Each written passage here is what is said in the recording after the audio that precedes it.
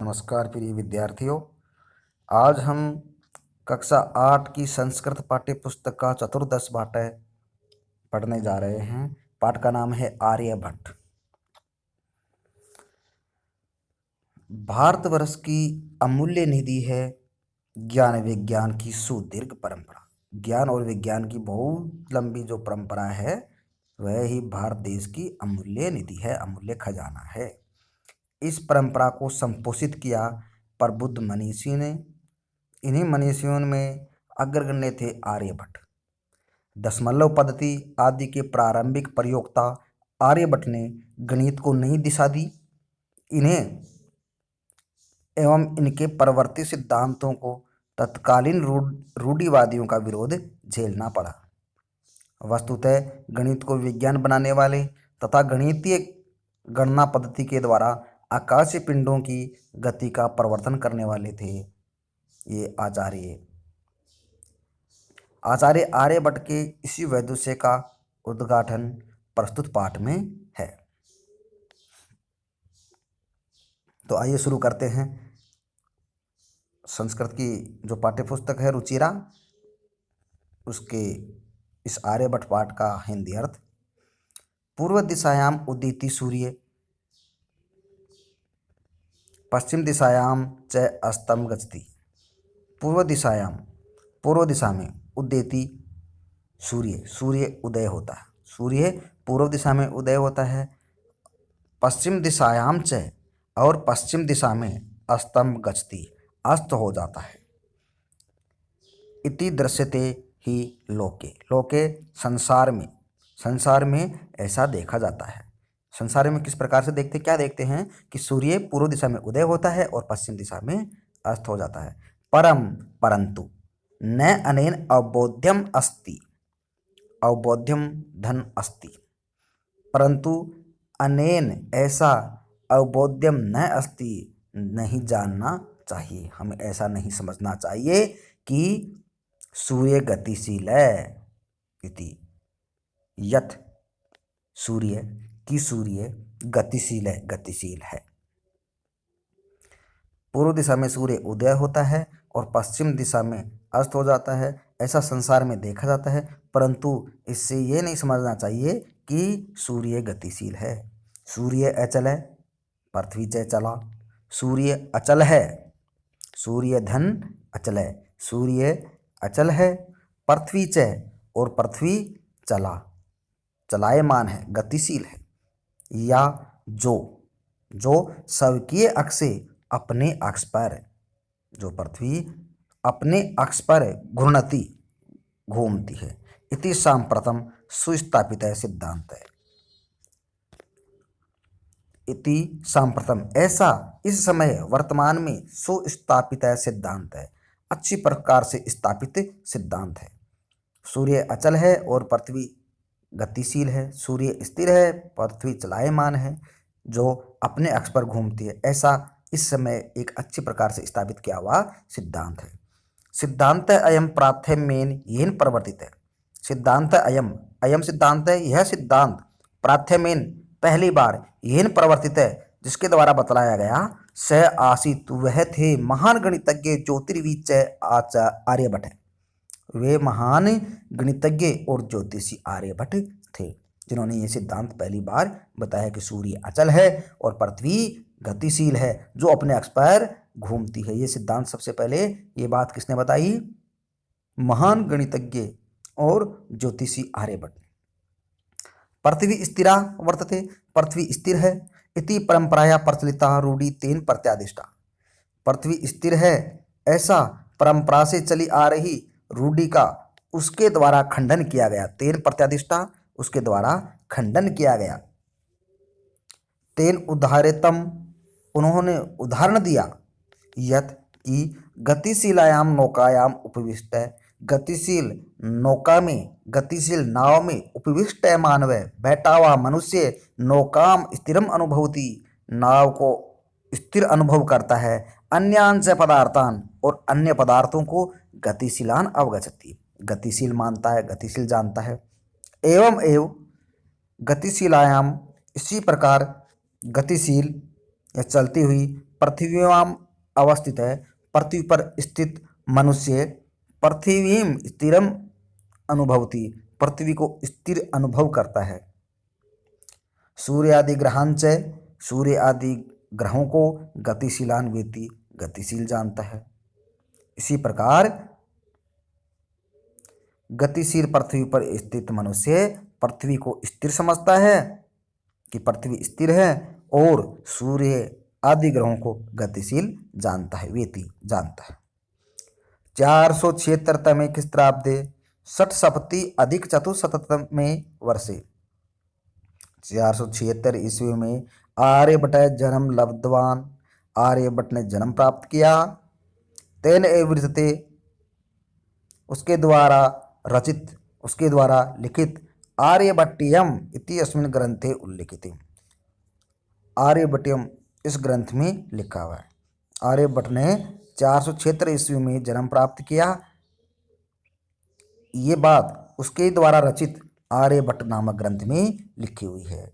ग्रंथ अयम तेन, यह ग्रंथ उसके द्वारा त्रयोविंशतितमे 23वें, यह ग्रंथ उसके द्वारा 23 वर्ष के आयु में वैसी विचित्र आयु में रचा गया, लिखा गया। ऐतिहासिक स्रोते भी ज्ञाय थे, ऐतिहासिक स्रोतों से भी जाना जाता है यत कि पाटलिपुत्रम निक्सा, पाटलिपुत्र के निकट आर्यभट्ट से वेदशाला आसीत, आर्यभट्ट की वेदशाला है। निक्सा के युग में द्वितीय विभक्ति पाटलिपुत्र में।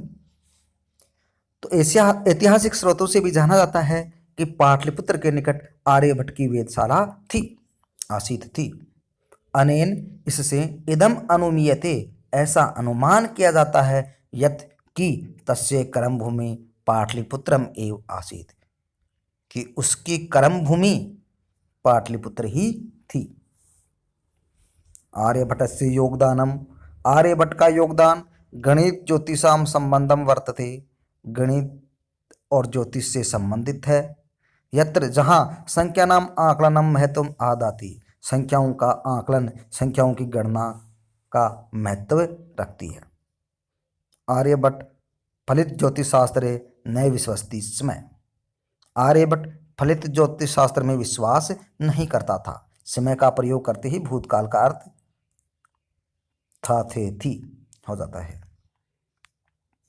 गणितीय पद्धत्याकृतम आकलनम आदृत्य एव तेन प्रतिपादितम यत् ग्रहणे राहु केतु नामको दानवो न अस्ति कारणम। गणितीय विधि से, गणितीय पद्धतियाँ, गणितीय विधि से कृतम आकलनम, किए गए आकलन से किए गए गणना को आदृत्य, आधारित करके ही तेन प्रतिपादितम, उन्होंने बताया, यत् कि ग्रहणे, ग्रहण में राहु केतु नामको दानवो, ग्रहण में राहु और केतु नामक दोनों दानव न अस्ति कारणम, कारण नहीं है। ग्रहण का कारण राहु और केतु नामक दानव नहीं है।